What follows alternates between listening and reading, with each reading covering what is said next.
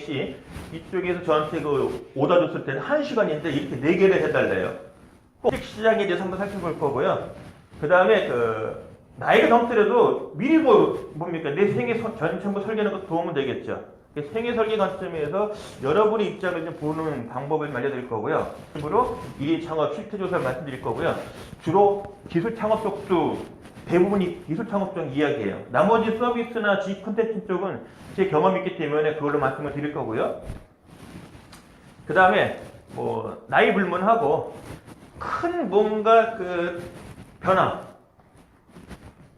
그러니까 직장을 시다면 퇴직 이후 아직 직장 생활은 아무 상관이 없어. 근데 지금까지 한 것과 뭔가 새로운 거. 그냥 n분의 1로 다녔다면 이제 사업자가 되는 거. 지금까지 A 업종을 했는데 B를 하고 싶어. 이런 큰 변화를 여러분이 생각하고 있다면 있는 그대의 모습에서의 제 경험을 여러분과 같이 나눠드리겠습니다. 자, 퇴직시장에 대한 거. 제가 창업진흥원에 있는 사람도 아니고 학자가 아니기 때문에 쉬운답니다, 말 그대로. 그러니까 9년 앞서 여러분보다 9년 앞서가지고 먼저 1인 사업자가 된 경우의 수를 보시면 되고요. 자료를 찾다 보니까요, 자료들이 많더라고요. 그래서 창업 퇴직할 때 준비했느냐? 대부분 안 하고 나옵니다. 저는 저 같은 경우는 입사부터 사실은 제 꿈은 연수원장이에요. 연수원이 있는 기업들만 다녔었는데 아쉽게도 연수원 근무는 못 해봤습니다. 파견 근무는 해봐도. 그러니까 HRD 직무는 20년은 했지만 연수원이라는 데 근무는 못 해봤어요. 근데 로드맵은 연수원 원장이에요. 한 49가지. 그리고 나오면 지금 같은 사업자가 돼야지라는 로드맵은 갖고 있었습니다. 그럼에도 불구하고 퇴직을 해서 접해보니 만만치 않아요. 근데 데이터 보니까 준비 없이 나온 경우가 많더라. 스트레스 뭐냐? 많아요. 물론 이제 뒤에 데이터 보면은 반반이에요. 이게 내가 하고 싶은 일을 찾아서 나왔기 때문에 얻는 메리트도 있지만 내가 모든 걸 다 읽어야 되는 불안정을 안정화시키는 안정성을 확보하기 위한 노력은 지금까지 경험 못한 스트레스예요. 내가 직접 다 해야 돼. 다음 달 월급 내가 만들어야 되는 거예요. 보너스, 성과금 내가 만들어야 되는 거예요. 이런 스트레스는 있어요.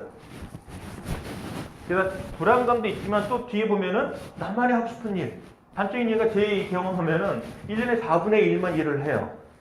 근데 집사님 보면은 4분의 3을 노는 거예요. 미치는 거죠. 저는 스트레스 계속 받으니까. 근데 수입은 직장과 동일해. 그럼 4분의 1 갖고 그걸 보면 잘하는 건데 4분의 3을 노는 거라고 보면은 스트레스예요. 그러니까 이게 동전의 양면처럼 그런 모습을 갖고 있더라. 그래서 이것도 맞고요. 또 좋아 라고 생각하는 사람도 사실은 맞다.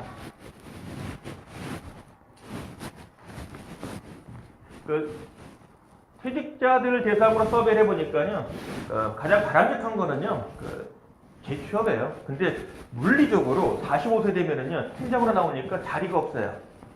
아무리 대기업 학력이 서울대 출신이어야 돼도 일단 나오면은 똑같아요. 재취업은 어렵다. 가더라도 난 전에 뭐 했는데 의미 없어요. 중소기업 임원해도요 3천만 원대고요. 많아야 5천만 원대예요. 실질적으로. 그리고 일의 수주를 갖고 와야 취업이 돼요.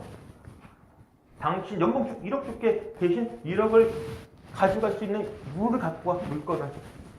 이게 재취업이에요. 그러니까 젊으신 분들은 괜찮아요. 그 등가로 움직이는데 나이 드셔가지고 퇴직하신 경우로 하면은 45세 해결하면은 재취업 시장에서 실질적으로 어렵다. 그 심한 경우는요, 다음 3분의 1은요, 연봉의 3분의 1만 1억 벌었으니까 연봉이 금융권은 1억이 훨씬 넘어요. 45세 이상의 부전 팀장이기 때문에 대개 연봉 대기업 기준은 1억이에요. 그만 해도 30%만 연봉이 30% 돼도 3천이에요. 근데 우리 직장인들 평균가가 중앙값이요. 딱 중앙값이 3,600이에요, 연봉이. 뭘 300이에요. 그것도 쉬운 건 아니에요. 절대적으로 양질의 일은 또 없는 거고요. 이게 현실이다. 이 예시가 예술계예요. 작가, 예술계, 그다음에 프로그래머 이런 쪽에 있는 분들을 써해 보니까 평균 월 소득이 152만 정도 나옵니다. 그러니까 프리랜서 기준이에요. 그러니까 업종마다 좀 다른데 그러니까 여러분이 창업이나 그러니까 퇴직 후 뭔가 새로운 거 하고 싶어. 일단 과거 거는 참고 데이터는 되지만 앞으로 여러분 하시는 일과 봤을 때는 내가 어느 업종에 있는 거를 잘 보시고 그 업종에 있는 데이터 갖고 하셔야 돼요. 회사 다닐 때 우리 회사 연봉 적어. 연봉 많이 받으려면 애시당초 금융회사 갔어야 돼요. 애시당초 현대차가 했어야 되는 거예요. 근데 그게 아니라면 비교하는 건 의미가 없어요. 물론 결혼하면 상관없어요. 결혼하면 무조건 말 들어야 돼요. 무조건 무능이야. 내가 기대한 만큼 못 벌면 무조건 무능이야. 하지만 여러분이 앞으로 업종을 정하신다면 그 업종에서의 값을, 수치를 정확히 파악하시라. 여기서 152만 원 버는데 미치겠어. 돈 못 벌고 있어. 짜증나. 그럼 다른 듣는 사람은 열받아요. 얘 꼴값 떠내요, 솔직히. 그런 소리 듣는다니까요. 근데 다른 업종 가면은 솔직히 명함 못 내밀 수도 있어요. 그거는 상대적이다. 자영업자. 대개 1인 기업이라 하더라도요. 1인 기업이라 하더라도 두 종류의 법인이 있고요. 개인 사업자가 있어요. 근데 1인 사업자라 하더라도 1인 개인 사업자라 하더라도 종업원, 직원을 채용할 수가 있어요. 통상적으로 5인 미만 1인 사업자를 자영업자라 불러요. 그러니까 자영업자라는 그 통계 자료에는 혼자 순수하게 일을 하는 게 아니라 직원을 써가지고 사업하시는 분들도 있어요. 자영업자는 550만 명이 된다 그러고요. 평균 소득이 6,200여만 원인데 이 의미가 매출일 수가 있어요. 매출. 근데 그 매출이 누가 발생한 겁니까? 나 혼자가 아니라 직원들이 같이 한 금액이 포함되어 있는 거예요. 상위 20% 이상은 1억이 넘어요. 하지만 하위는 또 1,000만 원도 안 돼. 이거 말 그대로 이 경우는 완전히 오로지 혼자예요. 그래서 생업형. 위에는 직원이 좀 있는 격이에요. 그래서 통계 보실 때 조심할 거는 5인 미만 사업자도 들어가 있다. 그래서 이게 나는 못하 1억이 안 되네. 못하는 거야. 전혀 아니에요. 그래서 중간값이 제가 알기로는 비슷해요. 그러니까 근로소득자는 3,600, 사업자도 4,000인가 정도 될 거예요. 근데 그 경우는 5인 미만 사업자까지 포함되어 있는 겁니다. 이건 업종마다 다른데 일단 이 데이터상에서 보면은 여기서 나온 출처에 근거한 데이터를 보면은 3년 내 생존율이 얼마 안 돼요. 특히 자영업자, 식당 거의 1년에 90%? 그러니까 통상적으로 3년 지나면 거의 사라집니다. 근데 코스피도 마찬가지예요. 코스닥 마찬가지. 조금씩 시간 지났는데 한 5년 전에 제가 서베이했던 거로는 코스피가 13년 나와요.